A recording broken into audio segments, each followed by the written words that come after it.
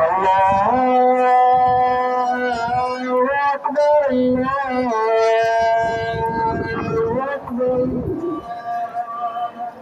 ला इलाहा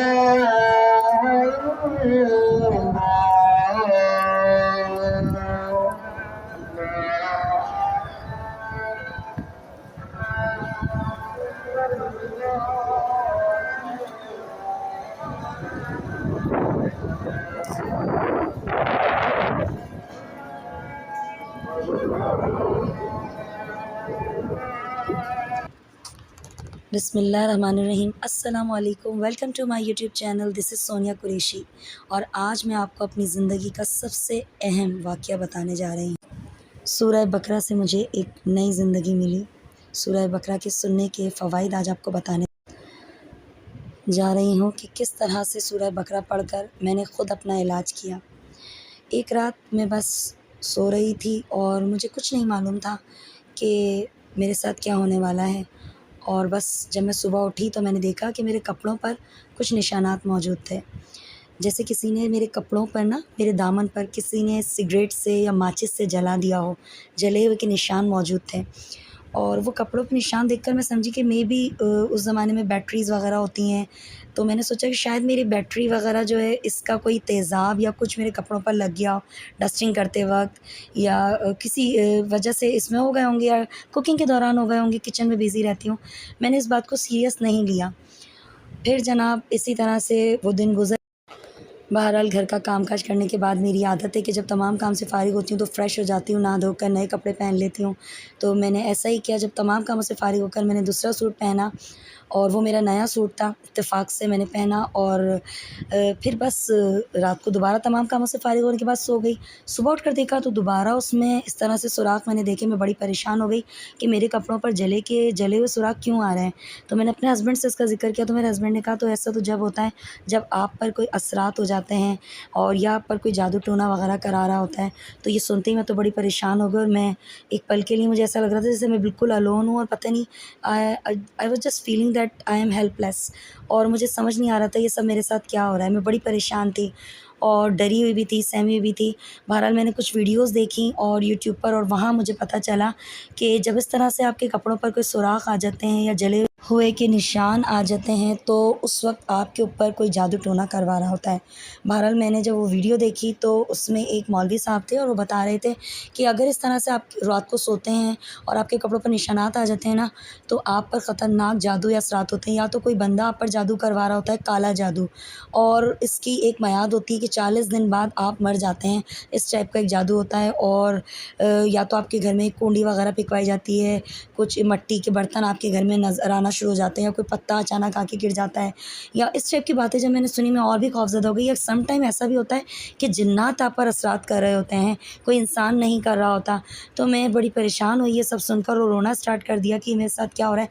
क्योंकि 1 दिन 2 दिन मेरा वहम हो सकता है, तीसरे दिन जब दोबारा कपड़े चेंज किए उसमें भी सुराख़ और जब आ गए थे, मैं बड़ी परेशान थी। और जब वो मौलवी साहब का मैंने बयान सुना तो उसमें कहने लगे कि मुझे तो ऐसी ख़वातीन के भी फ़ोन आते हैं जो कहती हैं कि हमारे पास घर में पहनने के लिए एक अदद कपड़ा भी मौजूद नहीं है और अब हम परेशान हो चुके हैं कि हम क्या करें। तो मैंने उन्हें ये इलाज बताया कि आप सूरह बकरा से अपना इलाज कर सकते हैं और आप किस तरह से ख़ुद को जो है वो इन जिन्नात के असरात से बचा सकते हैं। सम टाइम ऐसा होता है कि कोई इंसान आप पर जादू नहीं कर रहा होता, ये जिन्नात आप पर असरात कर रहे होते हैं। सम टाइम हम मग़रिब के बाद, जैसे कि हमें मना फ़रमाया है हदीस नबवी में भी, और हमारे प्यारे नबी सल्लल्लाहु अलैहि वसल्लम भी फ़रमाया कि औरतें और बच्चे मग़रिब की नमाज़ के बाद यानी अंधेरा होने के बाद घर से बाहर ना निकलें। लेकिन हम चले जाते हैं। उन दिनों मेरी बच्ची के स्कूल में जो है वो प्रोजेक्ट था और प्रोजेक्ट बनाना था मुझे अपनी बच्ची के लिए उसके साथ मिलकर। तो उस पर भी मैं वर्कआउट कर रही थी। हमने स्केलेटन बनाया था तो मैं रात-रात भर जाग भी रही थी। तो मैं बड़ी परेशान थी कि ये सब क्या हो रहा है। एक तो साथ में इतना सारा काम और फिर उसके बाद ये इतनी बड़ी स्ट्रेस, और आई वाज़ जस्ट फीलिंग कि मैं क्या करूँ? कुछ समझ नहीं आ रहा था व्हाट टू डू। बट फिर मैंने बड़ी हिम्मत के साथ जो है वो ये सोचा कि मेरे आगे बच्चे भी हैं और मैं ऐसा हरगिज़ नहीं होने दूँगी कि अगर कोई जिन्नात भी मुझ पर असरात कर रहे हैं तो मैं उसका मुकाबला करूँगी, मैं अपना इलाज ख़ुद करूँगी। पता नहीं आई डोंट नो, पर मैंने कभी भी ना तावीज़ नहीं पहनती थी, जबकि माशाल्लाह मैं सुन्नी हूँ, लेकिन उसके बावजूद तावीज़ पहनना, और बस मैं ये सोचती थी मुझे जो भी माँगना है ना बस मैं अल्लाह से माँगूँगी और अल्लाह ही मुझे अता करेगा। तो मैं ये सोचती थी कि अब मैं कहाँ जाऊँ, मैं किससे मदद लूँ। इवन मैं अपनी अम्मी को भी कुछ नहीं बताया, सिर्फ़ मैंने अपने हस्बैंड से ज़िक्र किया। मेरे हस्बैंड भी परेशान थे कि ये सब इसके साथ क्या हो रहा है। और फिर बहरहाल मैंने जब वो मौलवी साहब की तमाम बातें सुनी और उनकी बातों पर अमल किया, तो माशाल्लाह माशाल्लाह मैंने विदिन 1 वीक अपना इलाज किया। और आप जानते हैं वो इलाज मैंने किस तरह से किया? मैं जिस तरह से मौलवी साहब ने बताया था कि अगर आपके कपड़ों पर जले के निशान आते हैं, सुराख आ जाते हैं, तो आपने क्या करना है, सबसे पहले तो आपने सूरह बकरा रोज़ाना या तो सुनें या फिर पढ़ें। अच्छा, जैसे कि आपको पता है कि मैं एक हाउसवाइफ़ भी हूँ, अपने बच्चों को भी खुद ही पढ़ाती हूँ, टीचर भी हूँ अपने बच्चों की, फिर कोई हेल्पर भी नहीं होती, सारा काम खुद ही करती हूँ। तो लिहाज़ा मैंने सोचा मैं सूरह बकरा पढ़ नहीं पाऊँगी रोज़ाना, तो मैंने सोचा मैं इसको सुन लेती हूँ। उन्होंने कहा अगर आप पढ़ नहीं सकते तो आप अपने घर में थोड़ी-सी लाउड वॉइस में इसको सूरह बकरा को लगा दीजिए, ठीक है? तो मैंने अपने मोबाइल में सबसे पहले तो सूरह बकरा डाउनलोड की, और उसके बाद मैंने रोज़ाना सुबह उठते ही सबसे पहला मेरा ये काम था कि मैंने सूरह बकरा सुननी थी। क्या करना था मैंने कि जैसे ही मैंने मौलवी साहब की बात सुनी, तो मैंने सोचा कि सूरह बकरा पढ़ने का तो टाइम नहीं मिलता, क्योंकि घर के काम इतने होते हैं। तो बच्चों को स्कूल जैसे ही सेंड करके कर देती थी, तो उसके फ़ौरन बाद मैं सूरह बकरा बुलंद आवाज़ में घर में चलाती थी, और 1 घंटे में सूरह बकरा मुकम्मल हो जाती थी और पूरी सुनती थी, साथ-साथ घर के काम-काज भी करती रहती थी। एक अजीब-सा खौफ़ व हिरास मुझ पर तारी था, लेकिन जब सूरह बकरा चलती थी तो वो खौफ़ व हिरास दूर हो जाता था, और हर रोज़ यही सोचकर सूरह बकरा सुनती थी कि मैं ख़ुद अपना इलाज कर लूँगी।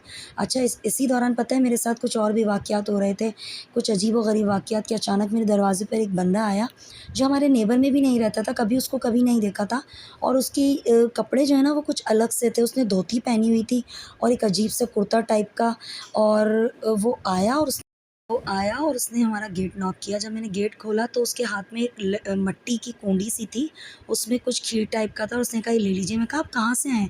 तो उसने कहा मैं यहीं रहता हूँ, थोड़ा आगे, आप ये ले लो, तुम्हारे लिए हैं। मैं बड़ी परेशान हो गई, मैं डर भी गई, मुझे समझ नहीं आ रहा था मैं क्या करूँ? ना चाहते हुए भी उसके हाथ से मैंने वो कूंडी ले ली, और जब मैं घर में लेकर आ गई और जब मैंने वापस बाहर जाकर देखा तो वो बंदा था भी नहीं, वो मुझे देकर चला गया। थोड़ी देर बाद मैंने मोहल्ले में कुछ लोग खड़े हुए थे, ऐसे ही दरवाज़ा खोला, तो मैंने उनसे पूछा कि ऐसे-ऐसे कोई बंदा, सब कह रहे हैं यहाँ तो ऐसा कोई भी बंदा नहीं रहता।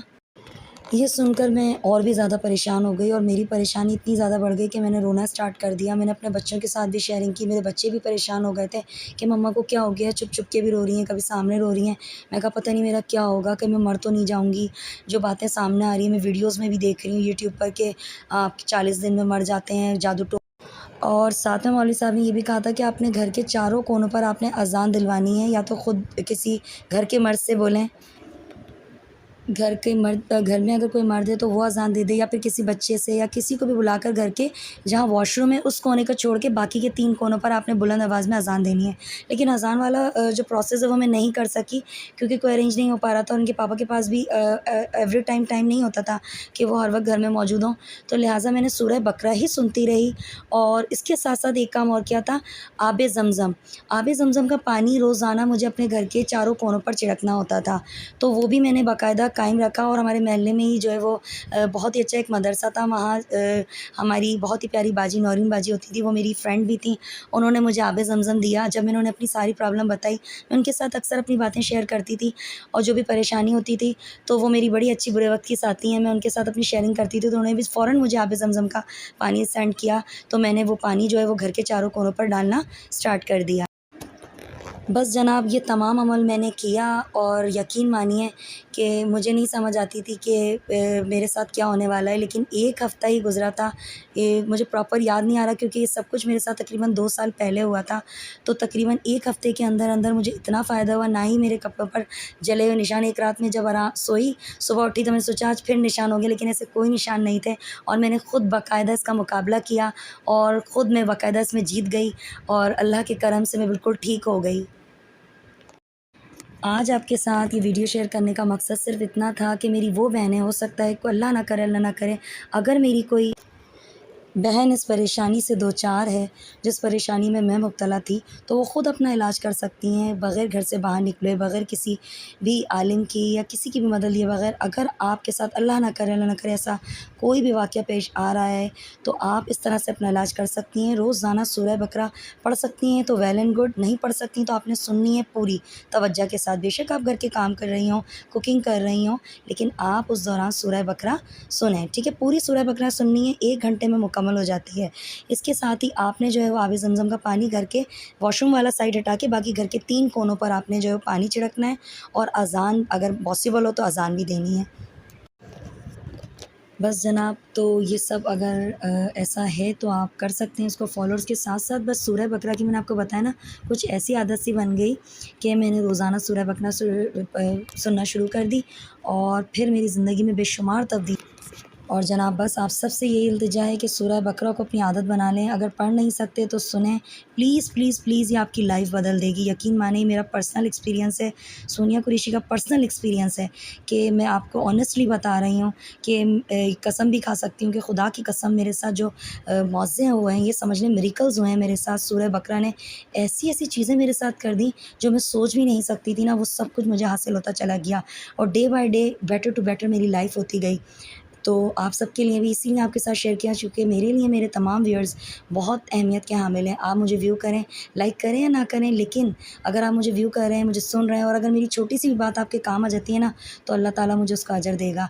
यही सोचकर आपके साथ शेयर की हैं सारी बातें। आगे भी अपनी बहुत सारे पर्सनल एक्सपीरियंसेस शेयर करूँगी, क्योंकि मैंने ऐसा सुना है कि 40 के बाद जब आप 40 के हो जाते हैं ना, तो अपनी लाइफ में बहुत सारे अप एंड डाउन्स देख लिए होते हैं और आप अगर अपनी लाइफ के बिटर और गुड एक्सपीरियंसेस किसी के साथ शेयर करें, इट मीन्स आप उसे अपना मानते हैं।